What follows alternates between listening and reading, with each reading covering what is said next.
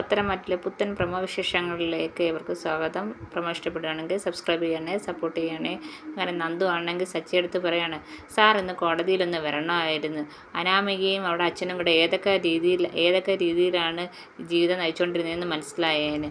അതുകൊണ്ട് തന്നെ ഇന്ന് കോടതി വേറെ ദിവസത്തേക്ക് കേസ് മാറ്റിവെക്കാതെ ഇന്ന് തന്നെ തീർപ്പ് കൽപ്പിച്ച് അനന്തപുരക്കാർ കുറ്റവിമുക്തരായെന്ന് നന്ദു ആണെങ്കിൽ സച്ചി എടുത്ത് പറയാണ്.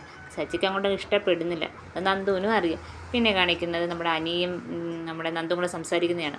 അവർ നിശ്ചയത്തെക്കുറിച്ചാണ് സംസാരിച്ചുകൊണ്ടിരിക്കുന്നത്. അനി പറയാണ് ഇനി എന്തായാലും നിശ്ചയം നടക്കുമായിരിക്കുമെന്ന്. നന്ദു പറയാണ് ഈ നിശ്ചയം നടക്കില്ലെന്നായിരുന്നു എൻ്റെ ആഗ്രഹം, അത് എങ്ങനെ മുടക്കാൻ പറ്റുമെന്ന് ഞാനിപ്പോൾ ആലോചിച്ചുകൊണ്ടിരിക്കുന്നു. ഉടനെ അനി പറയാം, എന്നാൽ ആ സിയുടെ കയ്യും കാലും അങ്ങോട്ട് വരുന്നതിന് മുമ്പ് ആ കയ്യും കാലും അടിച്ചൊടിച്ചിക്കാലോ എന്ന് അനി ചോദിക്കുകയാണ്.